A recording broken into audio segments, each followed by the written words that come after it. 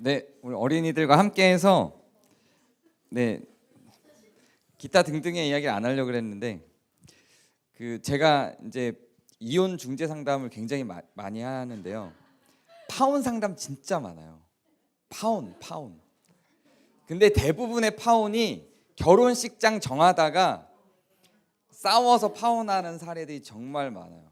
그런 의미에서 저는 이 두 분이 그런 욕심을 안 부리고 이제 교회에서 결혼식 하기로 결정한 게 저는 진짜 깜짝 놀랐고 마음으로 너무 고맙고요. 네, 그런 마음입니다. 네, 오늘 우리 같이 말씀 읽도록 하겠습니다. 마태복음 21장 14절에서 17절 교독하도록 할게요. 제가 한 절 읽고 여러분이 한 절 읽고 이렇게 하는 거예요. 맹인과 저는 자들이 성전에서 예수께 나아오매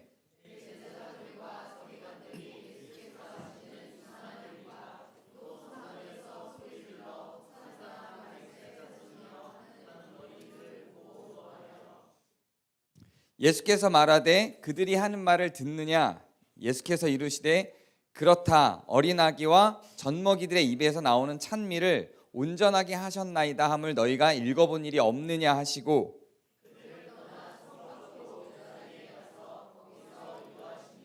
아멘. 네, 아멘. 원래 이 세상은 굉장히 행복으로만 가득한 세상이었어요. 그런데 죄가 들어오면서 사람이 나쁜 마음을 먹고 죄를 지으면서 사람들이 서로 싸우게 되고 불행이 시작이 됐어요. 그래서 아주 오래전부터 하나님께서 약속을 했어요. 훗날 너희들에게 인간의 몸으로 입고 올 한 구원자가 나타날 거야. 그 구원자가 너희들을 다시 행복하게 살 수 있는 천국으로 이끌어 줄 거야 라고 하는 약속을 주셨어요. 그래서 그 약속을 믿는 사람들과 믿지 않는 사람들로 나눠졌어요. 그 약속을 믿는 사람들은 호산나라고 하는 말을 외쳤어요.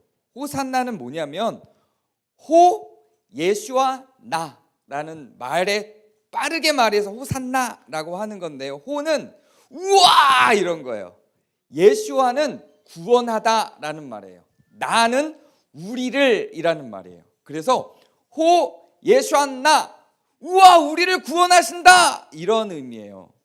그래서 하나님께서 약속해 주신 걸 믿는 사람들은 호산나 이렇게 외치고 다녔어요. 그런데 예수님께서 태어나시고 장성해서 어른이 되신 다음에 사람들에게 외치기 시작했어요.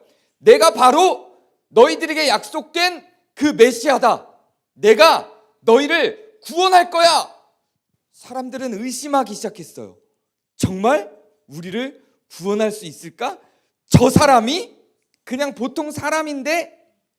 그러자 예수님께서는 자기가 구원자임을 증명하기 위해서 병든 사람들을 고치고 가난한 사람들을 먹이고 죽은 자를 살리셨어요. 그래서 많은 사람들이 우와 저 사람이 우리를 구원하시나 봐 라고 생각을 했어요. 그리고 어린아이들도 예수님을 쫓아다니면서 호산나 호산나 이렇게 외쳤어요. 호산나가 무슨 뜻이라고요? 우와 우리를 구원하신다 라는 뜻이라고요. 그래서 그렇게 호산나를 외치고 있으니까 대제사장이라고 하는 사람들이 짠 나타나서 어린애들을 혼냈어요. 야 너희들 왜 그런 말을 외치는 거야? 쓸데없는 말 하지 마. 그러자 예수님께서는 그들을 다른 데로 보내지 않고 예뻐해 주셨어요. 그러니까 그 대제사장들이 예수님께 물었어요. 이보시오 예수님, 당신은 저 꼬맹이들이 하는 말을 믿는 겁니까? 이렇게 물어봤어요. 그러자 예수님은 구약 성경에 보면 하나님께서 하신 말씀이 기록되어 있는데 거기에 뭐라고 기록되어 있냐면 어린아이와 아기와 젖먹이들이 하는 말을 내가 완전하게 하겠다. 그 아이들이 진짜 믿음을 가진 아이들이라는 의미였어요. 그리고 다른 오늘 우리가 읽은 거 말고 다른 성경에 보면 예수님은 이렇게도 말씀하셨어요.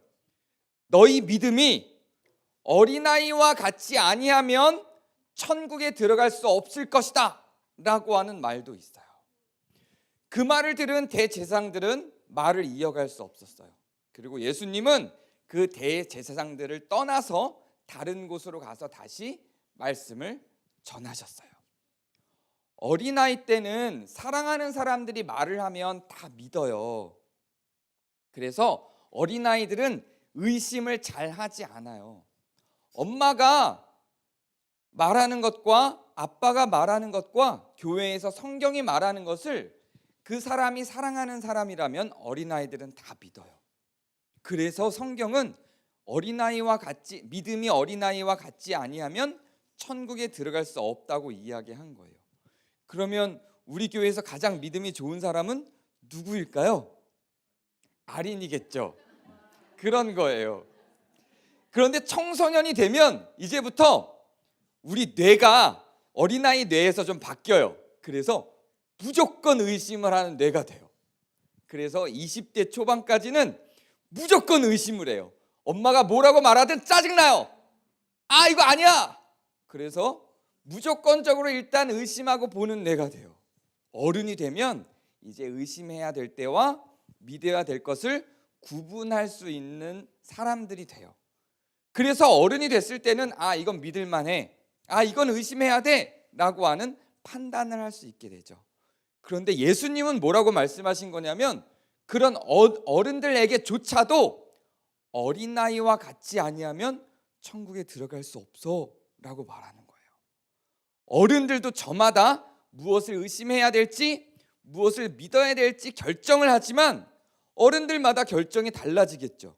그런데 그 어른들 중에 어린아이 때 믿었던 것처럼 믿는 어른들이 있어요. 그래서 어린아이와 같은 믿음을 갖고 있는 어른들이 있어요. 예수님은 그런 어른들에게 어린아이와 같이 천국에 들어갈 수 있는 믿음을 가진 사람이라고 가르쳐 주신 거예요. 성경의 이야기는 굉장히 황당무계해요. 신이 인간이 됐대요. 왜? 우리는 이해할 수 없어요. 신은 신으로서 힘을 갖고 사람들을 다스리고 사람들 위에 군림해야 되는데 그 신이 인간이 됐다라고 하면, 그리고 그 신이 인간을 위해서 죽었다라고 하면 그걸 어떻게 믿을 수 있겠어요? 말도 안 돼요 라고 생각하죠. 그래서 성경은 사실은 믿기 굉장히 어려운 일이에요. 그런데 만약에 이것이 정말로 사실이라면 천국과 지옥이 정말로 있고 예수님이 정말로 하나님이셨으나 우리를 위해서 이 땅에 내려오시고 우리를 위해서 죽으신 게 사실이라면 이게 얼마나 놀라운 일이에요. 그리고 이게 가짜야라고 말하는 게 얼마나 큰 배신이고 하나님을 향한 공격일 수 있겠어요. 그러나 만약에 이것이 진짜가 아니라 할지라도 이것을 믿고 이 믿음대로 예수님이 가르친 대로 살아간다라고 하는 게 어떤 피해가 있겠어요. 예수님이 사람을 죽여라 라거나 너희들끼리 싸워라 라거나 가르치는 것이 아니라 이웃을 사랑해라, 부모를 공경해라, 자녀를 노엽게 하지 말라 라고 하며 이 세상에서 더 행복하게 살아가도록 가르치시는 말씀임이 너무 분명한데 우리가 예수님께서 가르치는 내용들을 믿고 따라가는 것이 우리에게 어떤 피해를 줄까요?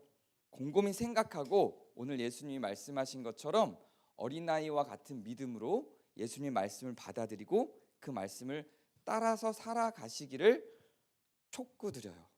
정말 강구해요. 목사님은 아버지도 목사님이었어요.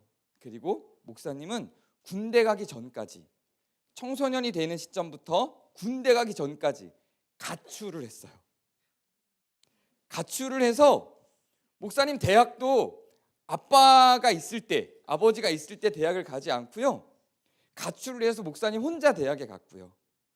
첫 학기 등록금을 목사님 친구의 엄마가 내줬어요.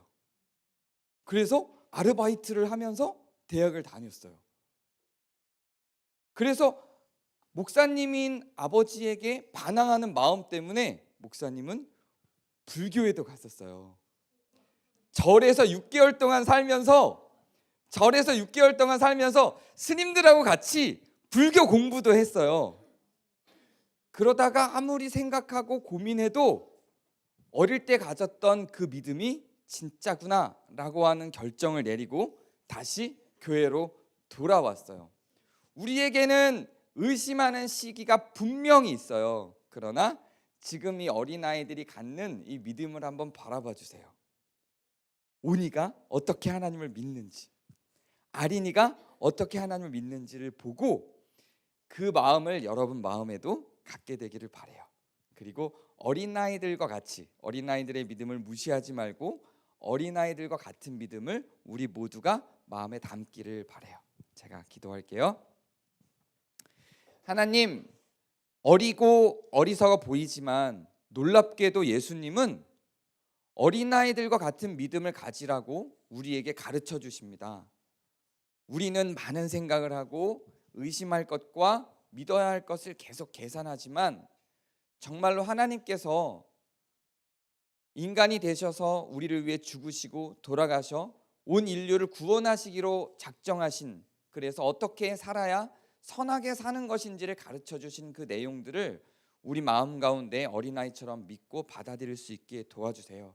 그리고 정말로 성경이 약속한 그 믿음대로 살아서 행복하고 선한 삶을 잘 따라 살 수 있게 도와주세요.